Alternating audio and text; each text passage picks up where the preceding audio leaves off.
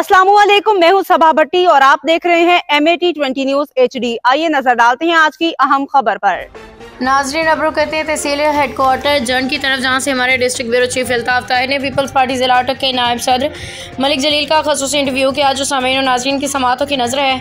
मलिक जलील का शुमार Pakistan peoples party के मुखलिस और बेबाक कारकुनों और रहनुमाओं में होता है, जिन्होंने अमराना दौर की सख्तियों में भी वफा शारी का साबित कदमी का मुजाहरा किया। 1980 से आज तक शहीद जुल्फ़िकार भुट्टो बेनज़ीर भुट्टो के विजन पे रवां दवा। मलिक जलील ने इंटरव्यू में बताया कि सूबाई असम्बली के हल्का PB5 और NA50 में गवर्नर पंजाब सरदार सलीम हैदर और उनके फर्जंद सरदार फिजान हैदर अवामी मसाइल के हल के लिए कोशा हैं। प्रोजेक्ट से लोगों को साफ और शफाफ पानी मैसर कर रहे हैं। कोट शहरी कारपेट रोड तामीर की गई है। इलेक्ट्रॉनिक बस सर्विस भी फराम की जाएगी।